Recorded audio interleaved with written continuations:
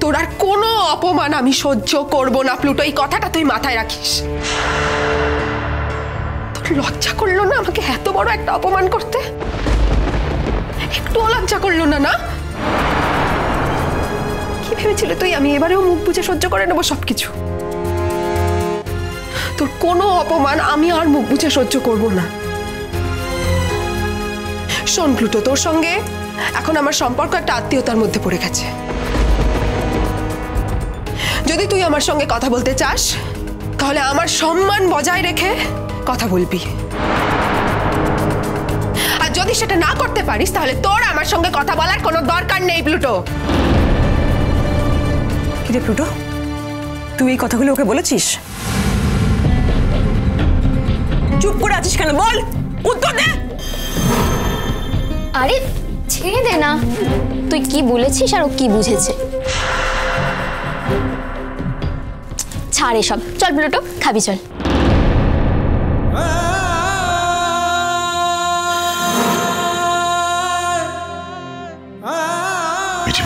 শান্ত শান্ত মা, শান্ত।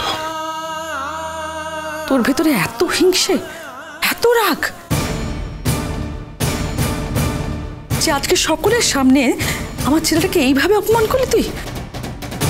আর আমার অপমানটা সেটা বোধহয় তোমার চোখে পড়লো না, না কাকিমা? কি এমন কথা বলেছে? যদি ভালোবাসার কথা বলেই থাকে, যদি ও বলে থাকে যে হ্যাঁ আমি তোকে অপছন্দ করি না, এখনো পছন্দ করি, সেই কথাটাকে তুই এভাবে কেন বলছিস? পছন্দ করা আর ভালোবাসা দুটো এক জিনিস নয় মামি, সেটা তুমিও খুব ভালো করে জানো আর আমিও জানি। তুমি বরং একটু ভেবে দেখো তুমি তোমার মেয়েকে কার হাতে তুলে দিচ্ছ। যে ছেলেটা বিয়ের পিড়িতে বসবে তোমার মেয়ের সঙ্গে, কিন্তু আজকে সে একটা অন্য মেয়েকে বলছে সে তাকে ভালোবাসে। তুমি একটু ভেবে দেখো পুরোটা, আমার আর কিছু বলার নেই তোমাকে। আমি এখান থেকে চলে যাচ্ছি।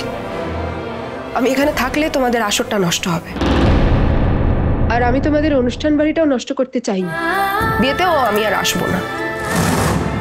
আর মৌ, তোকে আমি একটা কথা বলে যাচ্ছি, তোর বর যদি এভাবে পাবলিকলি বারবার আমাকে বিব্রত করে, আমিও বারবার পাবলিকলি ওকে মেলাইন করব। এই কথাগুলো আমি আর সহ্য করব না, আর একটা কথাও আমি শুনবো না।